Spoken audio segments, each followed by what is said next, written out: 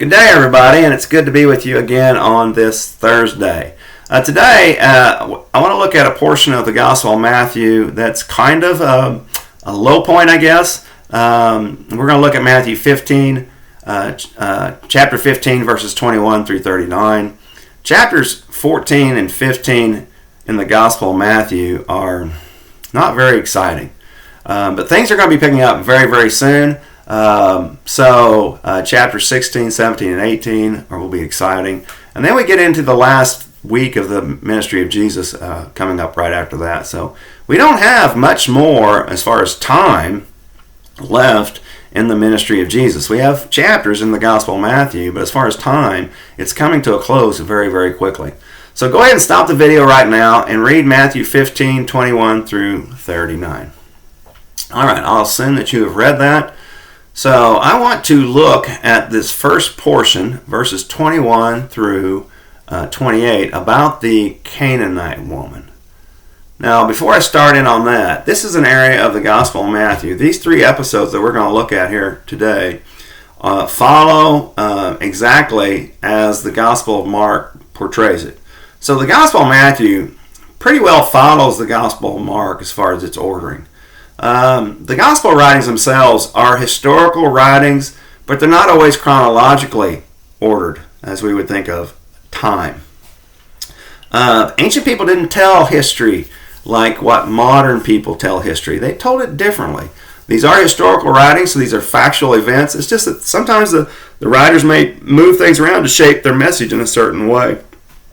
And so Matthew is following the Gospel of Mark here. So these three episodes that we're going to look at here are only in the Gospel of Mark and in the Gospel of Matthew. They're not in Luke and they're not in John.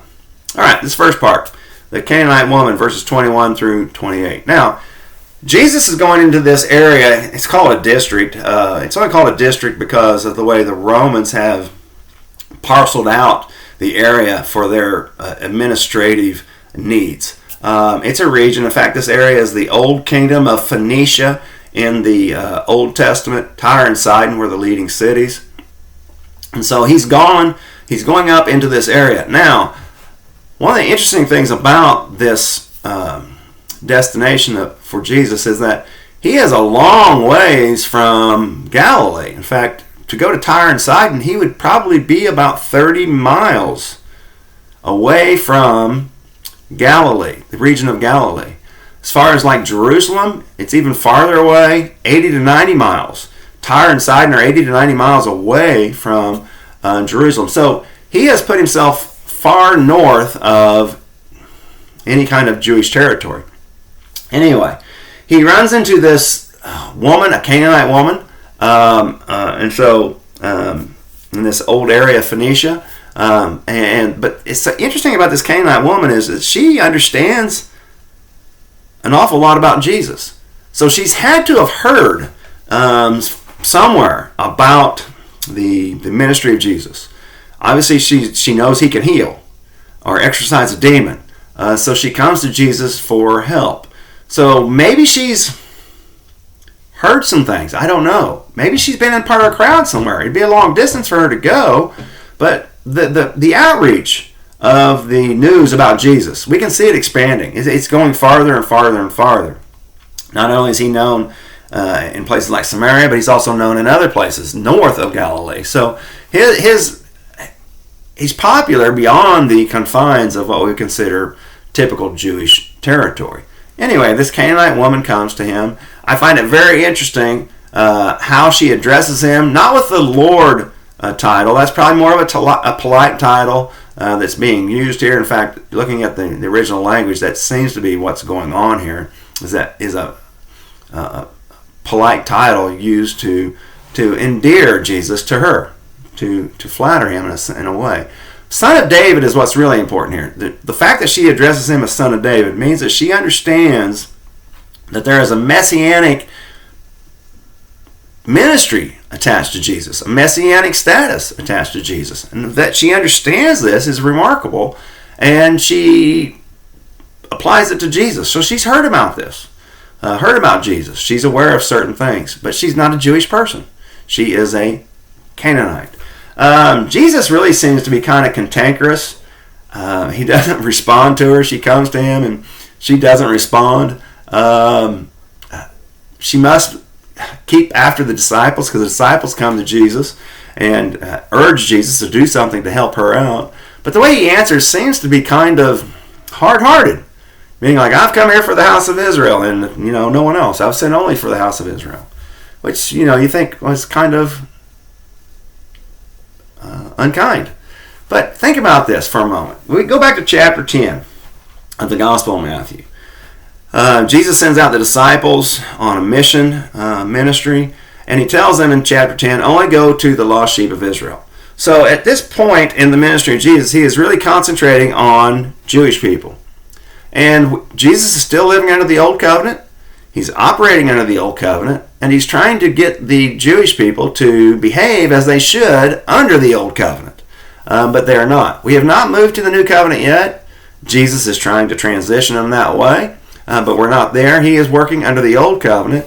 And under the old covenant, it was a relationship between God and Israel.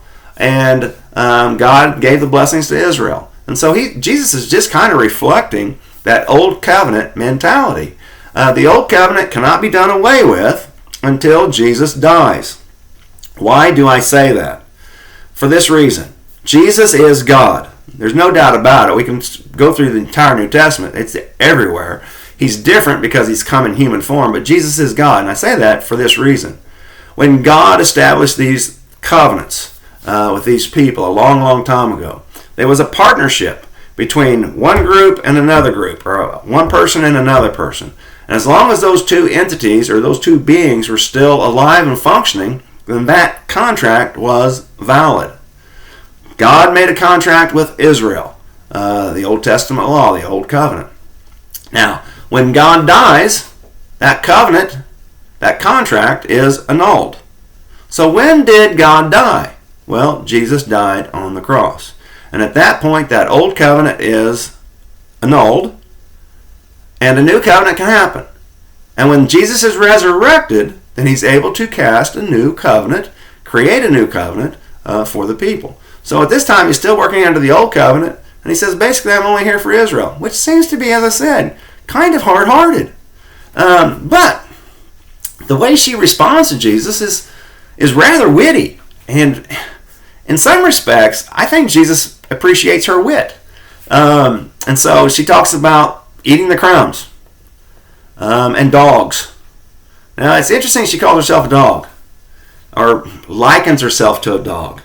Jewish people considered dogs unclean. They were scavengers.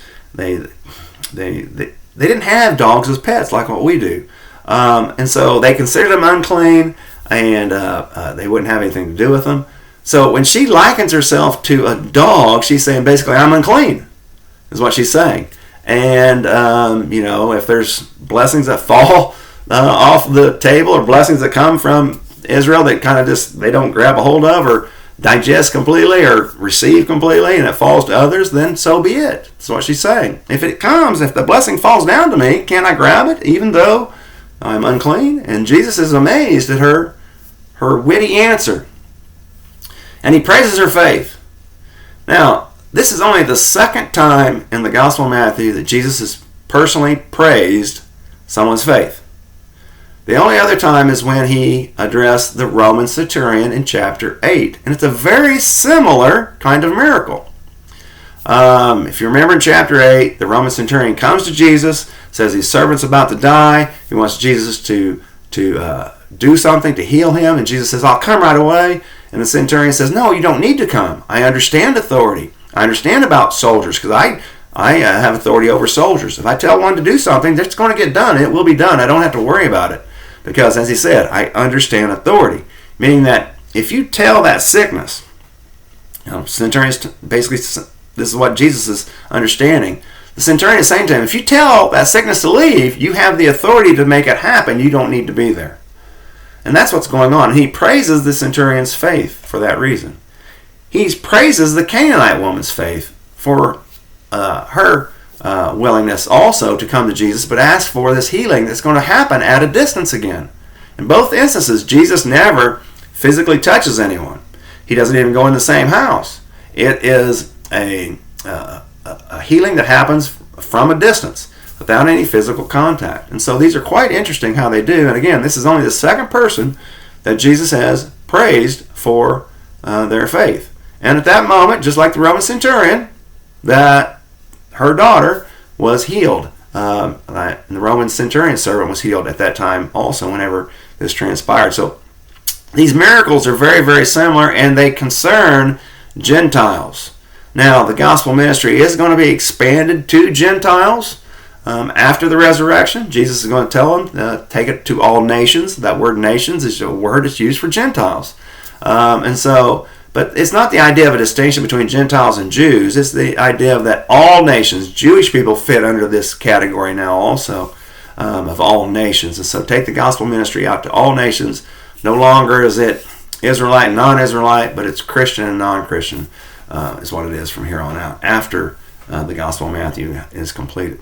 All right, let's go to the next section here, verses 29 through 31. And so this is an interesting portion of text because there's not a lot of details about what's going on. We do know that Jesus comes back down to the Sea of Galilee. So he had to come back down 20 to 30 miles to the Sea of Galilee from Tyre and Sidon. That would have taken a while. So there's a considerable amount of time that happens from in between verses 28 and verse 29. It would have taken them a long time to get down to this area. He tries to be secluded. He wants to go up on a mountain. He often goes up on mountains to pray. So he goes up on this mountain. But the crowds find him. The crowds always find Jesus. So somebody probably told them that Jesus was back, and then they start bringing all the sick and the injured and the disabled and all these people, even probably demon-possessed, to Jesus for healings. He does that. And when this all transpires, they end up glorifying God because of the actions of Jesus. Now, this is what I call like a general summary of some kind of ministry. We have these kind of general summaries in the Gospel of Matthew where we just don't have a lot of details going on about the ministry that's going on, but we see things happening. So, for instance, in chapter 4 of the Gospel of Matthew, we have something very similar to this, that people bring their sick and Jesus heals. Chapter 9, another instance where this happens. And then we have this. So these are really, really general summations of probably a lot of ministry that's going on without a lot of details. But the outcome is they glorify God because of what Jesus has done. Then Jesus goes into this next section. And the reason why we go into the feeding of the 4,000 is that this crowd that found Jesus on the mountain stays around. And so they're getting hungry.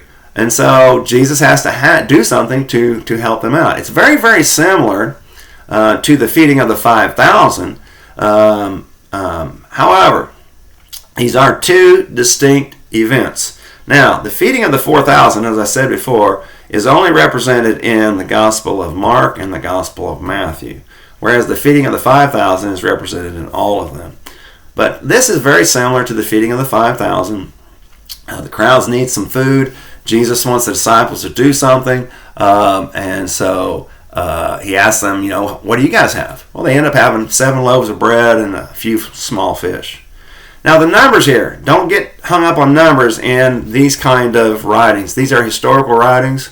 The numbers are going to be numerical values. They're not going to be symbolic of anything. And so there's nothing here with the number 7. It's just they had 7 loaves of bread and a few small fish.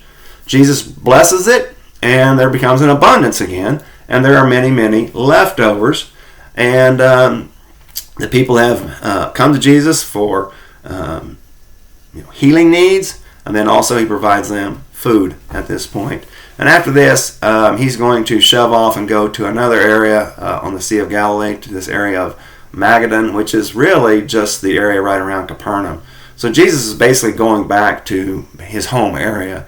And so he's going to have to be very careful while he's there in order to not be arrested by Herod or any of his administrators.